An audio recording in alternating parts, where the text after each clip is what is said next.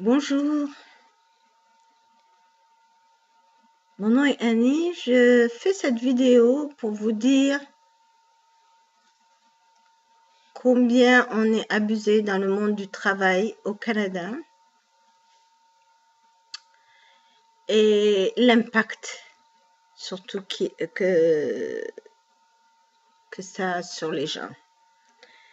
Je vais commencer d'abord par vous lire la cotation que Monsieur Colin Kaepernick, vous savez le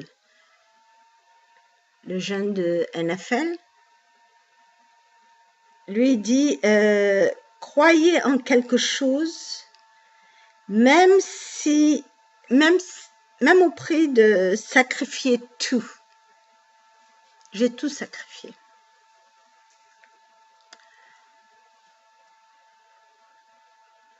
Mais j'étais convaincue qu'il fallait que je dise ce que je pense et que je travaille honnêtement. Mais ça coûte très cher.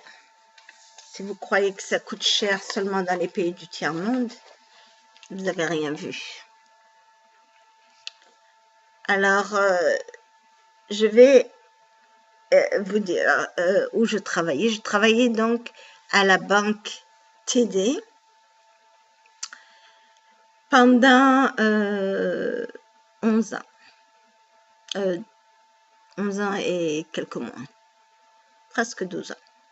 Les 3 premières années, 2005 jusqu'à 2008, je travaillais au département des fraudes. Bon, il y avait des hauts et des bas, mais en tout cas, ce que j'ai vu après, ce n'est même pas à comparer. Je suis arrivée donc au département de TD Marchand vers la fin de 2008. Donc de 2008 jusqu'à 2010, c'est un peu 2011 je pense, j'avais un groupe manager, le pire des managers que j'ai jamais vu dans ma vie. Il était vicieux, il était fou, il était fourbe, et puis il avait une très belle langue pour faire croire, surtout à ses supérieurs, qui il était. C'est incroyable. Et au début des années 2000, on manquait de francophones à Toronto. Donc, le peu qu'il y avait, c'était comme une perle. Et donc, lui, il a manipulé ça aux yeux des anglophones. Et il est monté, il est arrivé comme un agent, boum, boum, boum, il est monté jusqu'à groupe directeur de groupe. Dieu seul sait qu'est-ce qu'il a raconté, qu'est-ce qu'il les a présentés, mais il était très fort dans la corruption. En 2010, un des assistants vice-présidents qui était dans notre groupe, dans notre département, a été obligé de démissionner parce qu'il y avait beaucoup de fraude. Celui qui vient en dessous, donc le senior manager, le directeur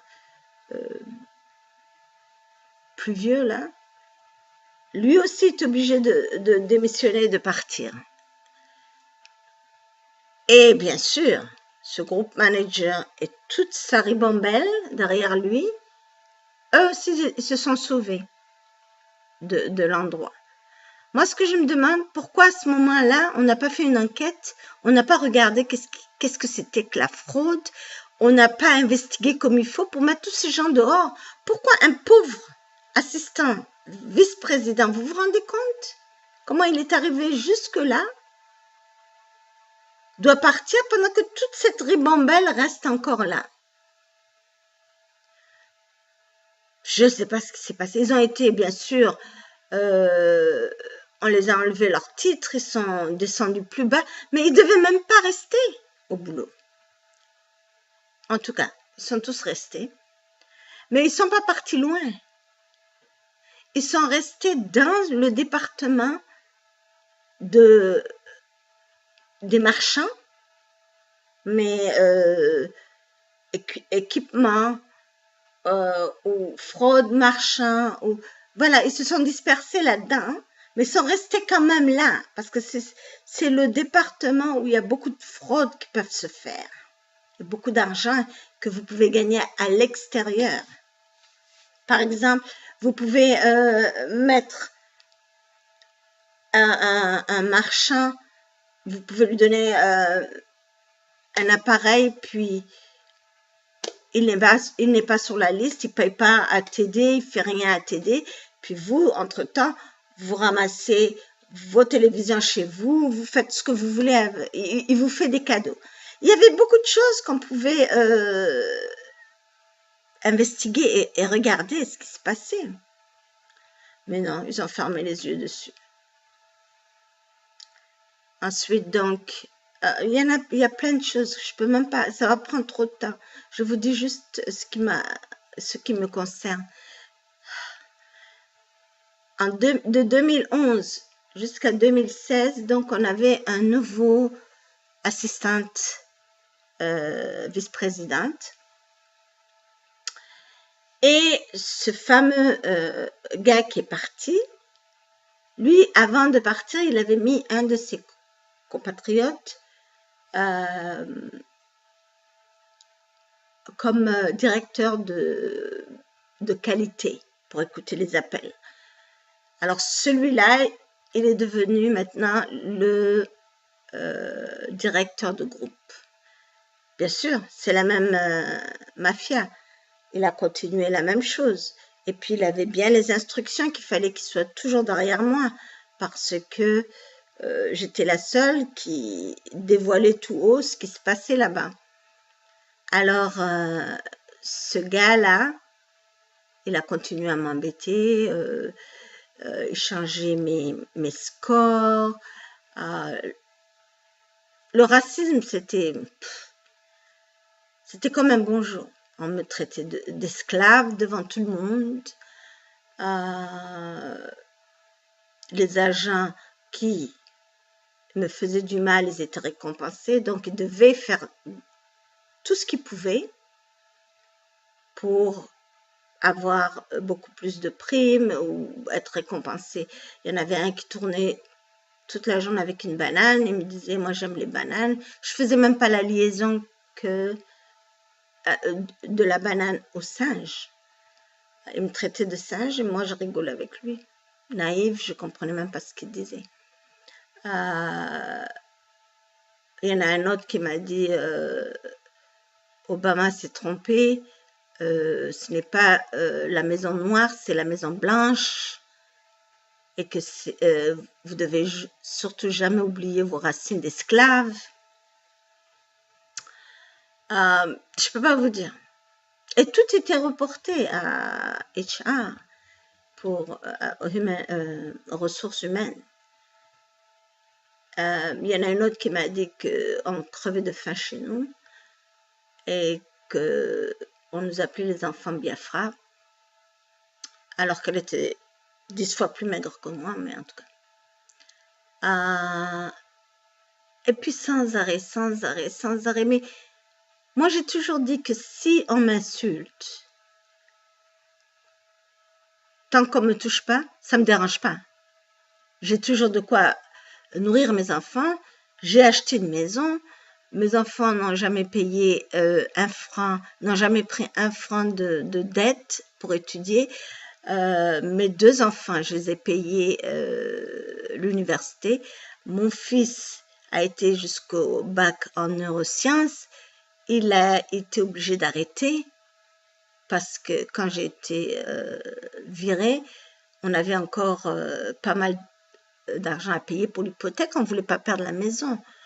Non seulement ils ont ruiné ma vie, mais ils ont ruiné même la vie de mes enfants.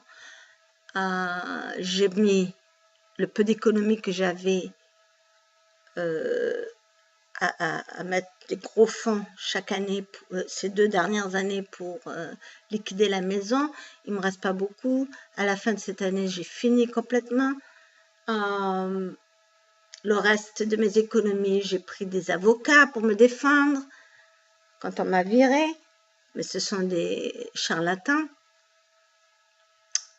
Ils vous prennent l'argent puis ils vous disent je vais arranger avec la banque TD pour vous donner une compensation, et la compensation, c'est pour vous faire taire et vous faire signer des tas de formulaires pour ne pas que vous alliez, comme je le fais, public. J'ai refusé, je dis je ne prendrai pas de l'argent. Si je me suis battue pendant 10 ans, c'est pour une raison.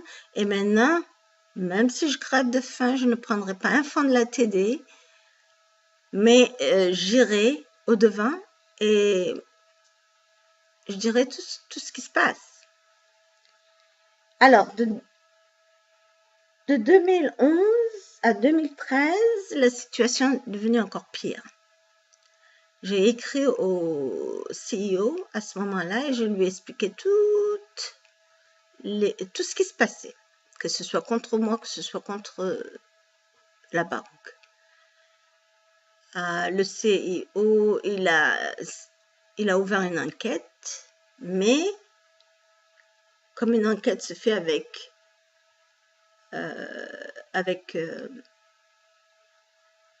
des gens qui n'ont rien à voir avec TD, donc il a choisi l'ombudsman et ils ont fait leur enquête sans même me consulter, juste avec les paperasses que je leur ai données et avec les témoignages de mes collègues. Et c'est avéré que tout ce que j'ai dit n'était pas faux, puisqu'ils ont mis 3 des directeurs dehors de mon département et un agent des ressources humaines, elle aussi, l'ont congédié. Et peut-être ils sont partis dans d'autres départements, on n'était pas au courant. Après ça, 1 an après, ce CEO, il s'en va à la retraite. Donc, c'est peut-être pour ça, il le savait d'avance. L'assistante vice-président, elle devait le savoir d'avance. Elle les a pas chassés peut-être, alors qu'ils devaient être peut-être chassés, je sais pas. Et bon, ils attendaient gentiment et préparaient bien leur coup. Alors, après qu'ils soient partis, boum, ils sont tous revenus au même endroit avec les mêmes titres. Alors là, je vous dis pas, ils étaient prêts à tout. Mais là, cette fois-ci, en plus de tout ce qu'ils me faisaient avant, ils sont rentrés dans le système. En même temps que moi. Ils rentraient avec mon identification et je ne sais pas quel mot de passe. Et j'étais dans le système et puis je voyais, boum, rentrez votre... alors que je travaillais avec un client, rentrez votre mot de passe, votre mot de passe provisoire ou des choses comme ça. J'ai pris vite une photo de ça. J'ai mis l'heure, le temps, tout. Et j'ai dit, j'aurais peut-être pas d'autres preuves que ça. Et puis après, il y en avait d'autres. Mais j'avais pas le temps parce qu'ils ont compris. Alors, j'ai envoyé ça, j'ai dit, il faut qu'il y ait une investigation. Là, vous avez des preuves, vous avez l'heure, vous avez la date, vous avez tout, vous avez un serveur. Allez-y, fouillez, cherchez. Non, elle me dit, oh non, et mon ordinateur, je devais changer 3 fois, 4 fois. le mot de passe durant toute la journée. Je ne pouvais plus travailler. Là, ça devenait infernal. Là, ils avaient touché directement à mon système. La peur que j'ai eue, j'ai jamais même souffert, même le temps où on me traitait de singe ou tout ce que vous voulez, j'ai pas souffert comme ça. Parce que là, c'était le système et j'avais peur qu'il transfère de l'argent. Parce qu'il y avait un voyou en particulier. Ah, il était très bon pour aller fouiller partout. C'était un jeune. Il venait d'un quartier où on entend tous les jours des crimes. Il se vantait. Donc, je paniquais à ce moment-là.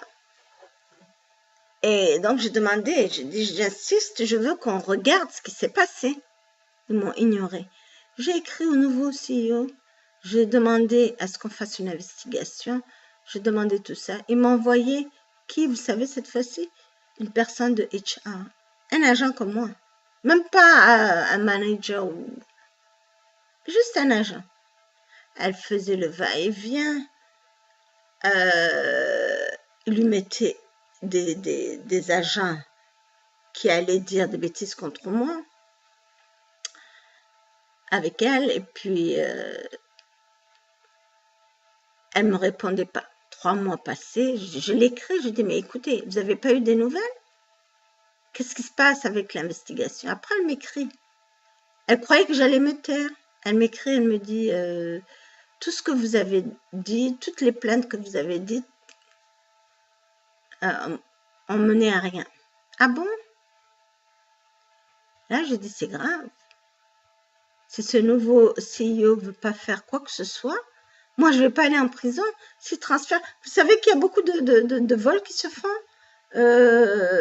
par des employés des banques. Vous n'avez qu'à juste regarder sur le web, vous allez vous rendre compte. Je dis, mon Dieu, s'ils transfèrent de l'argent d'un client où ils font des bêtises comme ça, c'est moi qui vais aller en prison. Je dis non, je préfère encore crever de faim. Mais là, ils sont arrivés à un stade de non-retour. Ils n'arrivaient pas à me mettre dehors parce que je travaille très très bien. Ils n'arrivaient pas à me mettre dehors parce que j'étais toujours ponctuelle. Ils n'arrivaient pas à me mettre dehors parce que je n'étais pas vulgaire avec mes voisins ou mes copains ou mes collègues. Qu'est-ce qu'ils vont faire? Malgré qu'ils m'ont puni, ils me donnaient pas d'entraînement, ils me cachaient tout ce que j'avais besoin, tous les outils que j'avais besoin pour aider mes clients, je les recevais en cachette des autres agents. Malgré tout ça, ils se sont dit, elle tombe pas, alors maintenant, on va aller fouiller, on va faire peut-être le gros truc, puisqu'on a un nouveau CEO, puisqu'on a... Là, ils étaient prêts à faire quelque chose de grotesque. Ouh là là, je suis tombée malade. 2 semaines, j'étais au lit, mais avec une dépression et de l'anxiété, vous ne pouvez pas imaginer. Jamais été malade comme ça. Le docteur m'a donné 2 semaines, j'ai envoyé, boum. C'est à ce moment-là qu'ils m'ont chassée. Je suis partie voir des avocats. J'en ai vu une 12aine. Le premier, il a tout raté. Et travaillé directement avec eux. Je lui disais, écoutez, je veux pas d'argent. Je veux que ça aille plus loin, que quelqu'un fasse quelque chose pour que les banques soient sécuritaires. Je peux avoir votre numéro de téléphone fouillé, je sais tout ce que vous avez. Même votre famille, votre mari, vos enfants ne savent pas ce que moi, agent à la banque, connais de vous. J'ai dit, je veux un système sécuritaire. Parce que j'avais demandé ça pendant des années. On me disait à chaque fois, non, ça coûte trop cher. On ne peut pas faire ça, ça coûte trop cher. Le CEO qui vient d'arriver, en une année, il a demandé 10% d'augmentation de salaire. Une année. Sa prime de compensation pour la première année était de 9 millions. Il a chassé plus de 1600 personnes dès son arrivée. Il n'y a pas d'argent. Mon AVP, elle avait 2 départements. Elle gagnait d'ici un gros bonus et de là-bas un gros bonus. Je ne vous dis même pas de leur salaire. J'ai été embauchée avec 92 cents pour la prime francophone par heure. Vous savez combien elle était ma prime quand j'ai quitté en 2016? Pendant 12 ans, elle a fini par être $1.02. Elle a augmenté de combien? De 5 cents. Même pas. 88, 10 cents, ou quelque chose comme ça.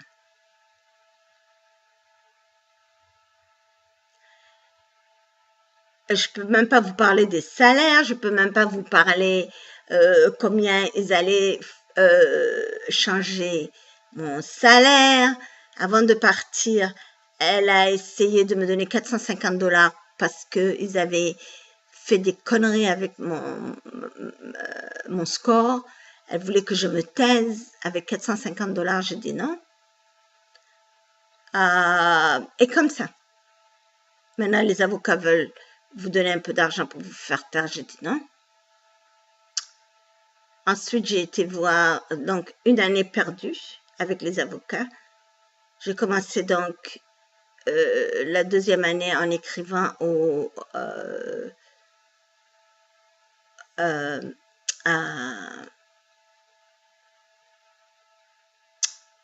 Human Resources, les Human Rights, les droits de la personne. J'ai écrit, j'ai attendu à peu près la première fois qu'elle a commencé à aller voir TD, c'est 10 mois après. Maintenant, j'ai plus que 2 mois devant moi avant la fin du statut de limitation pour continuer vos plaintes, parce que vous avez 2 ans. Statut de limitation, 2 mois. Elle s'en va 1 mois en vacances. Qu'est-ce qui reste? 1 mois. Là, elle m'appelle au téléphone, je lui dis, écoute, dis-moi exactement qu'est-ce qu'ils ont dit par courriel, par email. Envoyez-moi et dites-moi exactement qu'est-ce qu'ils disent. Parce qu'ils vous disent au téléphone, puis après ils nient tout. Après elle me dit, oh écoute, si tu veux que je fasse ça, donc je vais t'envoyer un formulaire, tu dois signer, moi je vais signer, TD va signer. Donc qu'est-ce qu'elle a fait avant, je ne sais pas. Alors j'ai signé le formulaire, je l'envoie, j'attends, pas de réponse. Je continue à lui demander, mais là elle était plus pressée. Mais pour que moi je signe, elle était très pressée. Donc, elle m'envoie. Avant de m'envoyer, elle hésitait, elle m'appelait au téléphone encore. Après ça, elle m'envoie, elle me dit, voilà, j'avais affaire à t'aider avec Madame Intel. Donc, elle savait très bien que cette dame, c'était une de mes agresseurs. C'est pour ça qu'elle ne voulait pas m'envoyer le formulaire. Cette dame-là, avec qui elle faisait affaire, après avoir quitté la banque, 1 an après, un des avocats m'a demandé mon dossier d'emploi. Je ne savais pas à qui m'adresser, parce que vous ne savez même pas à qui vous adresser quand vous avez besoin de quelque chose. Alors, j'ai écrit un exécutif de la branche des ressources humaines. Oh, c'est une grande personne. Elle ne va pas s'embêter avec une pauvre vieille négresse qui est juste un agent. Alors, elle a envoyé le email. Elle m'a même pas dit j'ai reçu votre email, rien. Elle a juste envoyé le email à un autre agent. L'autre agent a envoyé à un autre agent. L'autre agent a envoyé 4e agent. C'était cette vicieuse. Il savait très bien qu'il fallait trouver le bon agent qui va vous embêter.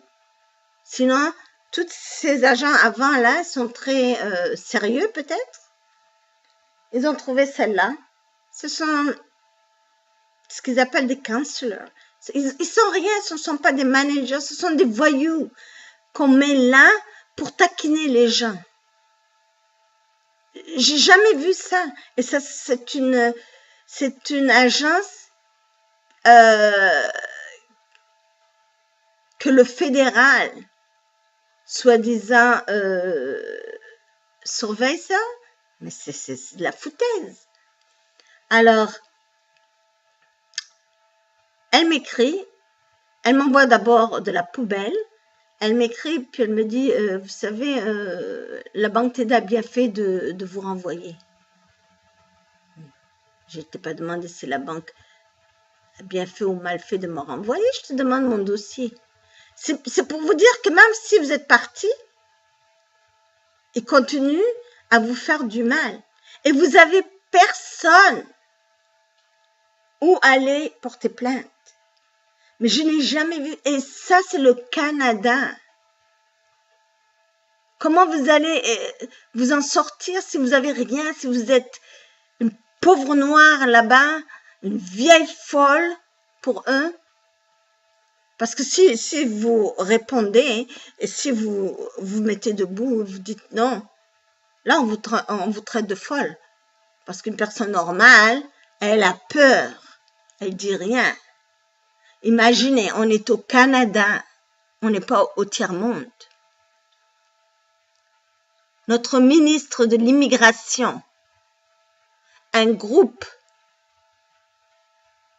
des gens qui ne l'aimaient pas, pour quelle raison, je n'en sais absolument rien. Parce qu'il est arrivé ici comme réfugié, il n'a même pas le titre réellement de ministre de l'immigration. Il venait à peine de commencer son travail, ils étaient tous après lui, que le premier ministre qu'il a nommé ministre l'a déchu de son propre travail. Il a enlevé une partie du travail qui relaie directement au ministère de l'immigration, juste pour faire plaisir à un groupe de gens, que ce soit parce qu'il est noir, que ce soit parce qu'il vient de la Somalie, que ce soit parce qu'il est réfugié, que ce soit... J'en sais rien. Mais comment un premier ministre accepte des choses comme ça? Que voulez-vous qu'il fasse pour moi? Je l'ai écrit. Rien du tout. Il m'a envoyé à l'agence de consommation qui, après 2 ans, ils font à cause des milliers de gens qui ont appelé les médias, ils ont fait semblant de regarder ce que la banque a fait comme bêtise et ils n'ont rien trouvé. Qu'est-ce qu'ils vont faire pour moi? Dites-moi. Mais je suis bien fière de ne pas avoir pris de l'argent de TD et signé leur formulaire pour ne pas être devant vous aujourd'hui et de vous dire ce qui se passe. C'est aberrant. Je souhaite que quelqu'un voit ce message et qu'il l'envoie à travers le monde, qu'on voit ce pays qu'on dit c'est un pays d'accueil, c'est un pays de ceci. Vous vous rendez compte, je suis devenue diabétique. J'ai même pas le droit d'être devant un juge.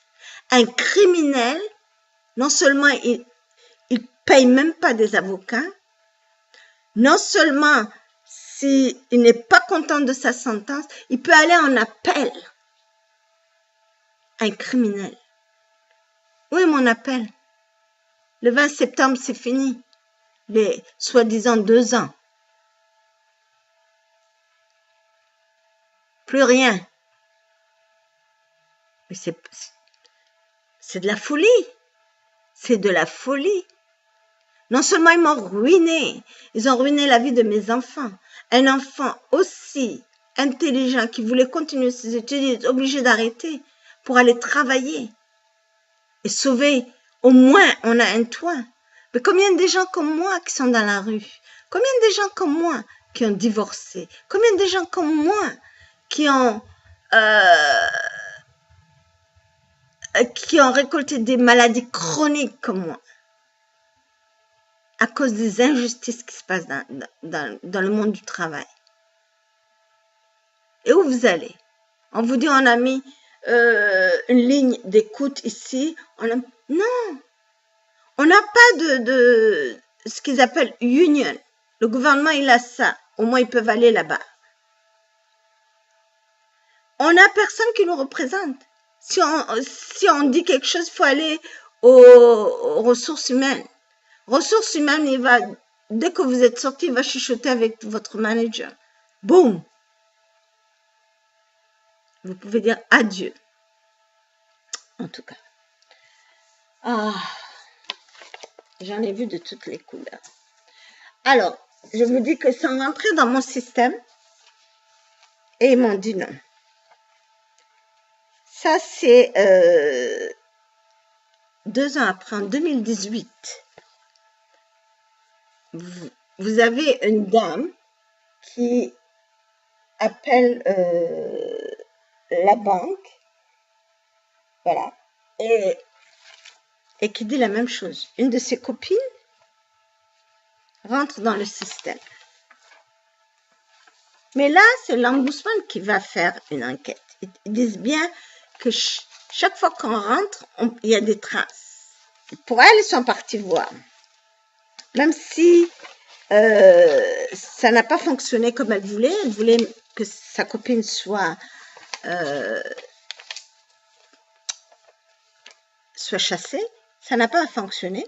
Pas grave, mais au moins, ils sont partis fouiller, ils sont partis regarder. Dans mon cas, ils n'ont même pas été.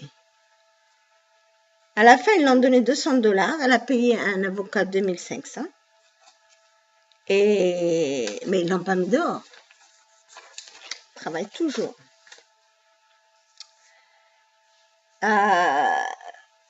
C'est différent pour moi. Bon. Deuxièmement, là, je vais vous dire, au Canada, il est impossible de savoir combien de violations il y a, car contrairement à la plupart des États-Unis, et des pays européens, il n'existe aucune obligation pour les entreprises de les signaler quand il y a ce qu'ils appellent un breach. C'est volontaire. Ils peuvent toujours le dire, mais s'il y a violation, que vos données sont parties en dehors de la banque ou quoi que ce soit, ils ne sont pas obligés de le dire. Selon le commissaire à la protection de la vie privée du Canada, entre le 1er avril 2016 et le 31 mars de la même année, le quart de ces violations se sont produites dans le secteur financier. Nos informations au Canada sont transférées aux Indes et sont aux Philippines. Et un expert disait, Monsieur Gagné, il s'appelle Marc-Roger Gagné, affirme que chaque fois qu'une entreprise déménage à l'étranger, vos informations, cela crée une opportunité pour les pirates. Vos données sont exposées à un autre endroit au lieu d'un seul endroit centralisé. Ce qui ne serait pas le cas si les informations étaient contrôlées et traitées au Canada. Il y a une autre dame aussi qui a appelé cette fameuse ligne pour leur dire que nos informations étaient à l'extérieur. Mon cher, une employée de la banque TD. Et quand elle n'a pas eu de réponse, personne n'a voulu s'occuper de ce cas. Elle a été dans les médias, puis elle a dit tout haut ce que je disais. Maintenant, contrairement à aux milliers de gens qui ont appelé la TD, moi aussi, qui ont appelé la CBC, pour dire tout ce qui se passait. J'ai aussi appelé la CBC, mais je n'étais pas anonyme. Je leur ai dit, je suis prête à être devant l'écran et dire au monde ce qui se passe. Là, ils m'ont pas appelé.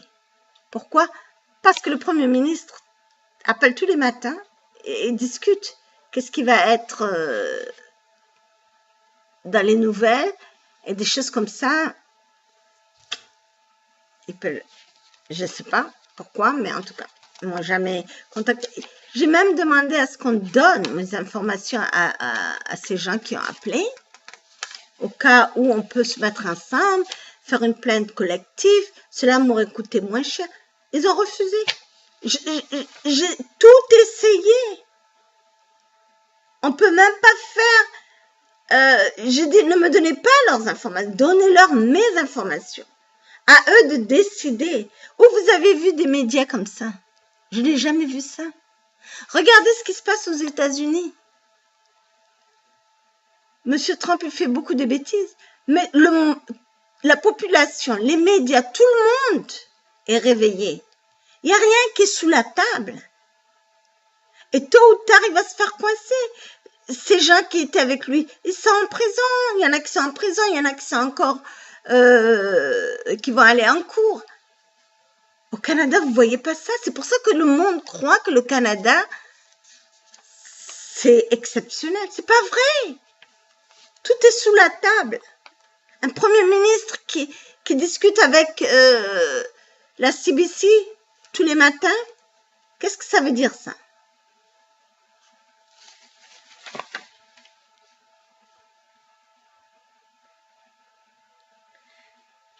Alors, ça, une année après mon départ, ce que les gens disent, j'étais obligée de mentir à mes clients.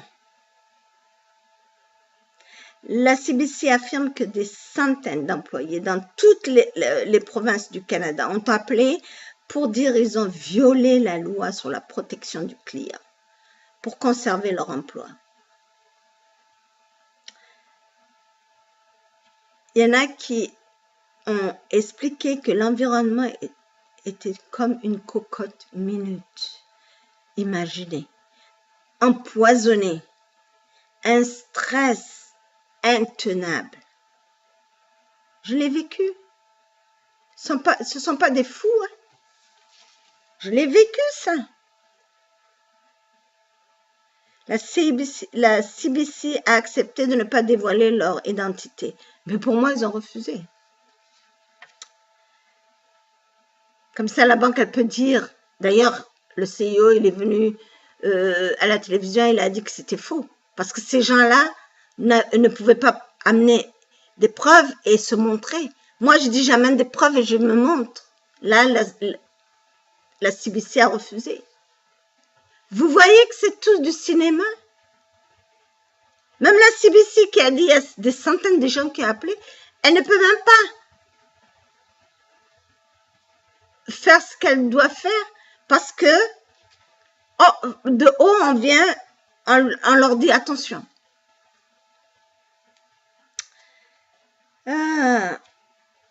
Une autre employée, elle dit qu'elle augmentait la ligne de crédit d'un client sans son consentement. Un autre a dit, après 20 ans d'expérience à une succursale de la TD,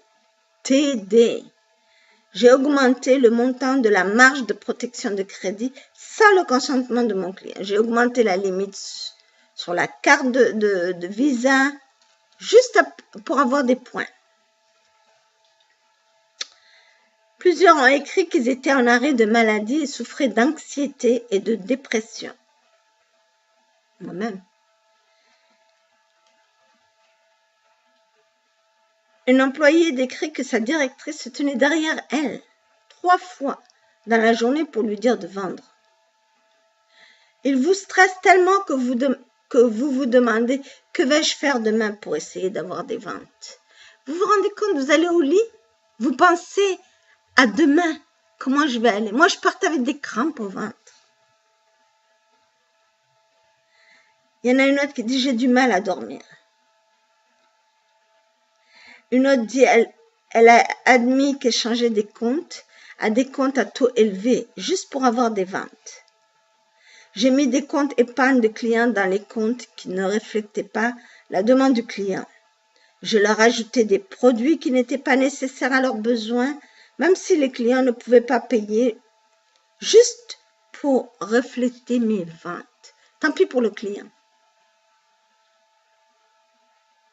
Vous vous rendez compte? Je ne peux même pas continuer à vous lire, il y en a tellement. Vous avez juste qu'à aller sur le web. C'est incroyable. Et moi, je travaillais avec des marchands. Imaginez des gens qui viennent de l'extérieur du Canada pour avoir une meilleure vie. Le peu d'argent qu'ils ont amené, ils ouvrent un petit kiosque ou n'importe quoi. Non seulement ils ont perdu tout ça, ils se retrouvent dans des dettes à cause des gens comme moi qui continuent à leur prendre. Et c'est comme ça. Moi, dans mon cas, les ventes, je refusais de le faire. D'abord pour une raison. Je travaillais sur les appareils où vous passez les cartes. Donc moi, j'étais un technicien au téléphone. Quand les clients m'appellent, c'est pour ces appareils qui ne fonctionnent plus. Et très souvent, ce n'est pas le propriétaire. Ce sont des caissières qui appellent. Le propriétaire n'est pas là. On vous dit vendez. Ça, c'est quelle loi? Le propriétaire n'a même pas accepté, il n'est même pas au courant. Je ne vais pas vendre à ces caissières. Donc, je refusais. Bien sûr qu'il y avait d'autres qui le faisaient. Et qui gagnaient des points, et qui gagnaient des billets d'avion pour aller je ne sais où.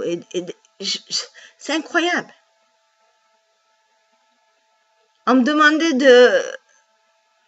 de donner des informations des comptes qui étaient fermés depuis Mathusalem à des agents qui étaient sur la route, des agents de vente. Il y avait deux départements. Il y avait un département de vente qui était au bureau. Un autre département, ce sont des agents qui vont, je crois, de porte en porte chercher des clients. Et ces agents n'ont pas accès à ces comptes qui sont fermés. Donc, il y a bien une raison pour laquelle on ne leur a pas donné ça. Alors, ils nous appellent, au lieu d'appeler même leurs collègues qui sont vente.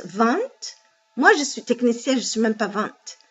Au lieu d'appeler l'autre agence, ils nous appellent pour avoir ces informations. Parce qu'ils sont complices avec tous les managements que nous, on avait, la direction. Cette direction, c'était... Oh, croyez-moi, j'ai peut-être pas 2 $ dans la poche aujourd'hui. Mais je regrette pas. C'est des gens, je n'ai même pas de qualificatif pour eux. Ils nous appellent pour avoir ces informations. Ces comptes sont dormants depuis je ne sais quand. Peut-être que les gens sont déjà morts. Tout ça pourquoi? Pour gonfler des chiffres et dire qu'ils ont ouvert des comptes inexistants. On a eu cette problématique, vous vous rappelez, avec Wells Fargo il y a quelques années. C'est la même chose. Je refusais. Eh bien, dis donc. On était derrière moi. Mais je ne peux pas vous dire, c'est trop long ce que j'ai vécu. La seule raison pour laquelle donc je continue à me battre, c'est parce qu'il y a d'autres gens qui sont restés derrière et qui continuent à souffrir. 2 ans après, moi j'avais écrit aussi à l'agence de la consommation, comme mes collègues aussi ont écrit, les centaines et les milliers qui ont appelé. Et donc, à la suite de ça, l'agence de la consommation a soi-disant fait une enquête. Mais il s'est avéré qu'ils n'ont rien trouvé. Qu'est-ce que vous pensiez qu'ils allaient trouver? C'est la même chose, des lobbyistes. Le gars à la tête de l'agence de consommation, Monsieur Morneau, il a une agence avec la TD, ma retraite et mes économies que je faisais à travers la banque, ils étaient renvoyés dans cette agence.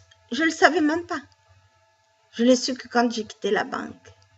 Ils avaient des raisons pourquoi. Vous croyez que ces gens-là vont se retourner contre la banque?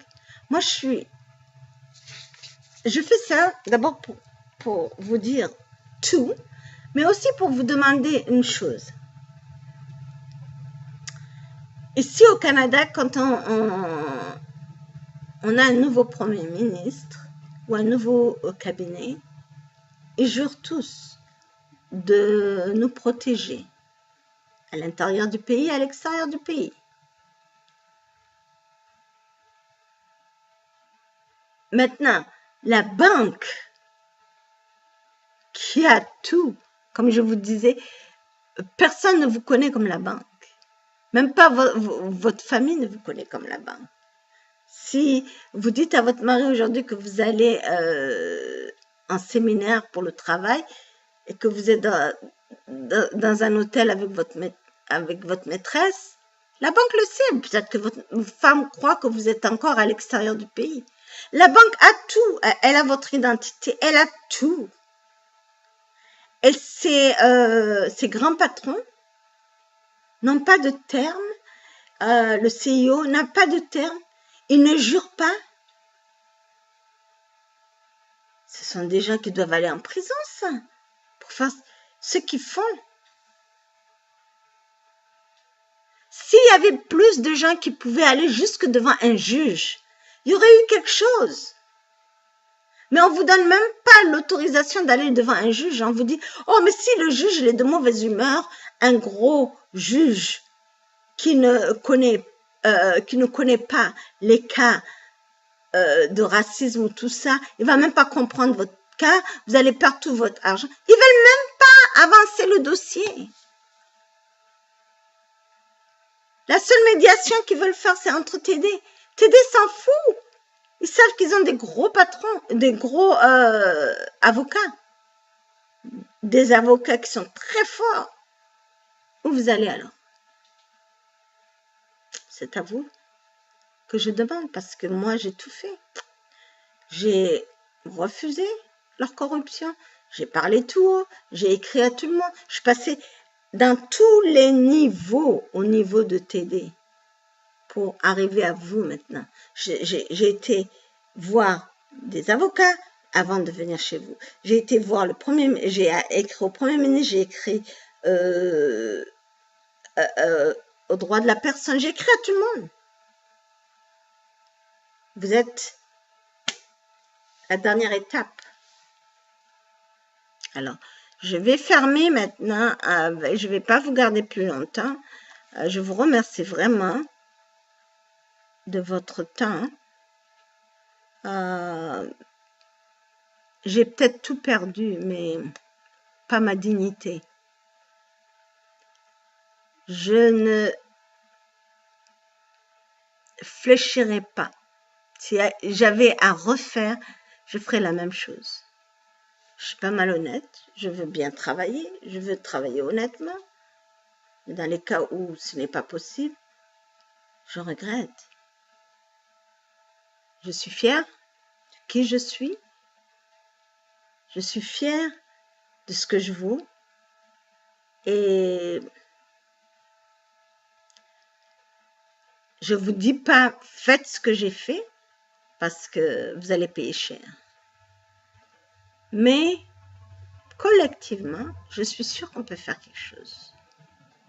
Si un gouvernement n'est pas là pour nous aider, on a une possibilité, c'est de voter.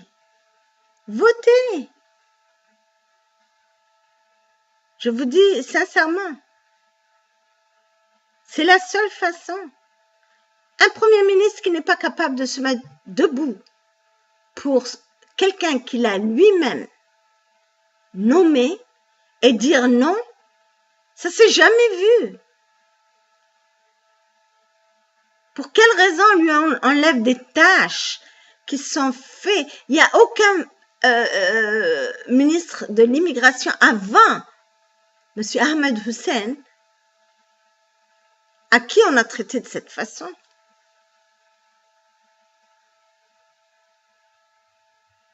Quant à lui, désolé. C'est un exemple pour ses enfants, c'est un exemple pour toute une descendance, c'est désolant. J'ai rien à dire. Chacun fait ce qu'il veut. Je vais fermer en tout cas avec... je vous remercie beaucoup. Je vais fermer avec 2 cotations. Donc, dans Proverbe 31, 8, 9, la Bible nous dit, ouvre ta bouche, même la Bible. Ouvre ta bouche pour le muet, pour la cause de tous les délaissés. Ouvre ta bouche, juge avec justice et défends les malheureux de l'indigent.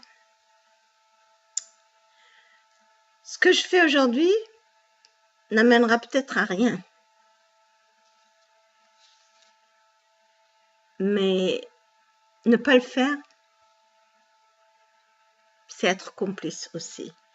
Alors, James Baldwin, il dit tout ce qui est forcé ne peut pas être changé.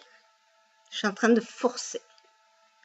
Mais rien ne peut être changé jusqu'à ce qu'il soit forcé. Ça revient au même, ça veut dire on est obligé en tant que citoyen. Je suis citoyenne canadienne. Je ne suis pas citoyenne de 2e classe, 3e classe, 4e classe. Non, je suis canadienne, period. Quand on demande à mon fils, par exemple, laisse-moi, mon fils, il est né ici, il ne connaît pas mon pays d'origine. Quand on lui demande d'où tu viens, il dit je suis canadien. Il est né là. On lui redemande mais d'où tu viens? Je suis canadien, je suis du Canada. Mais d'où tu viens? Maintenant, un autre enfant qui marche avec lui, sa mère vient d'Italie, il est né ici, le petit. On lui dit, et toi? Il dit, je suis canadien, period. Ou on lui demande même pas. Il est blanc.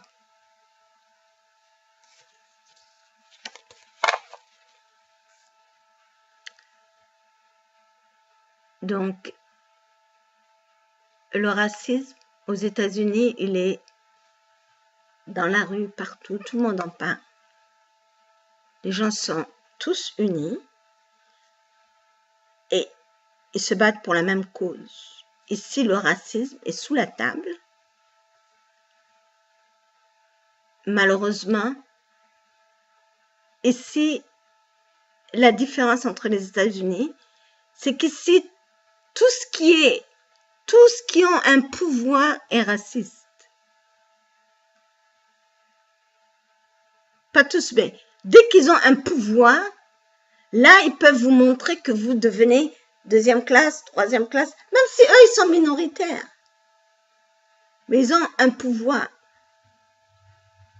Alors, ils font partie d'une certaine ethnicité. Ils sont exécutifs, directeurs, whatever. Maintenant, vous venez, pourtant, le blanc va les traiter comme 2e classe. Ils ne seront jamais au même niveau. Mais eux, maintenant, vous traitent à vous de 3e classe. Et ainsi de suite. Alors, le noir, il est toujours au bas de l'échelle. Mais Comme ma mère m'a dit, tout ce que tu as là-dedans, personne ne va te l'enlever. On fait ça, on se bat, on se bat, on se bat, on se bat. Mais tant et aussi longtemps qu'on ne parle pas, on a quitté la guerre, on a quitté ce que vous appelez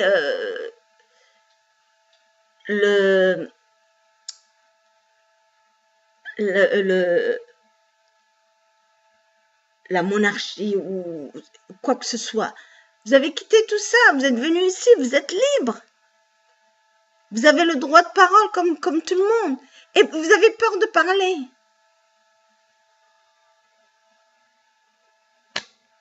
En tout cas, je vais faire une autre vidéo sur ça, mais je vous remercie pour celle-là. Et donc, je vais la poster. Comme je dis, j'aurai certainement des gens qui vont être poussés par la TD pour dire des bêtises sur moi, mais ça fait rien. J'en ai vu de pire. C'est pas deux mauvaises langues qui vont me faire pleurer sur social media. J'ai jamais fait ça, c'est la première fois. J'ai même pas de portable. J'étais obligée parce que je sais qu'il y a des jeunes derrière moi qui sont trop jeunes pour souffrir ce qu'ils souffrent. Alors, encore une fois, merci beaucoup. Et si on se reparle, à bientôt.